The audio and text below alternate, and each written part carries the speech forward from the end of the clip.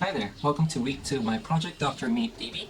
And last week I was able to create this repository and added a few files, SQL files to my project.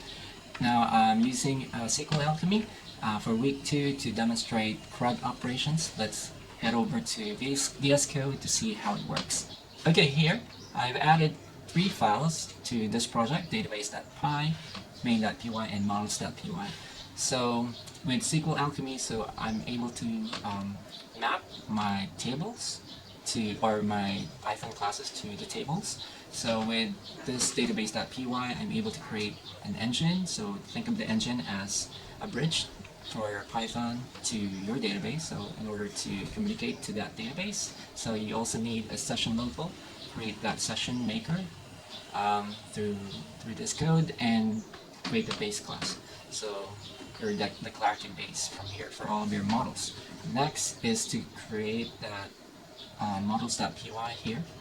So from here, I'm importing all of the columns, integer, string, date, time, date, foreign key as my data types from SQLAlchemy, and also import the relationships and the base from database.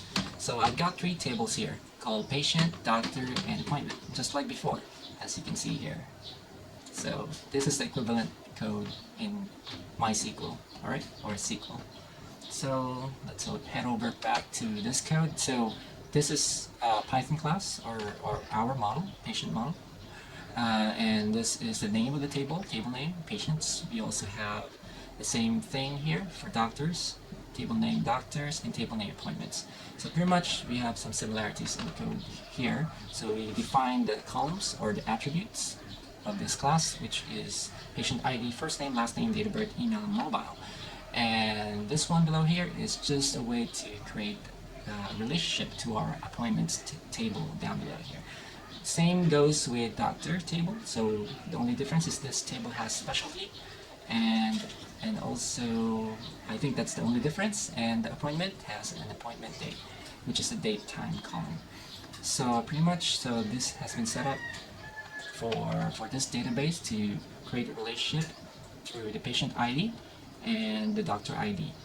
And that's for this file. And let's head over to the main.py.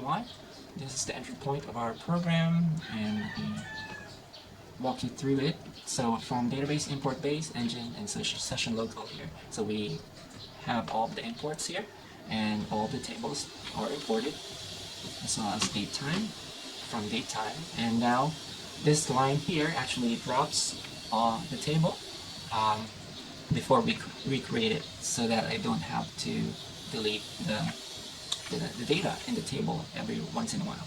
So now this recreates all the tables using metadata.createAll. Yep. And this is a new session, so we create the session local, and then we perform our CRUD operations here. So for the patient 1, we have James Diggs, and date of birth is this one, April 1st or August 1st, 2000. We have email here and the mobile number, not real, by the way. So this is very important. So we add the session to our database, or we write to it using session.add, and then we pass in P1 here.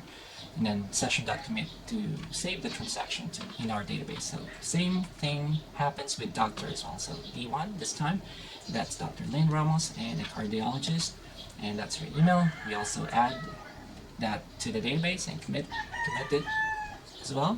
So the appointment is A1, and then we add the patient ID and the doctor ID, and also the appointment date and the reason, which is a regular checkup. Now we save that, and then we create a new query to retrieve all the patients. So like this, so we use a for in loop for patient in patients, and then we print that as a formatted string with the ID, first name, last name, patient date of birth, and email, and patient mobile. We do the same thing for the doctors and appointments.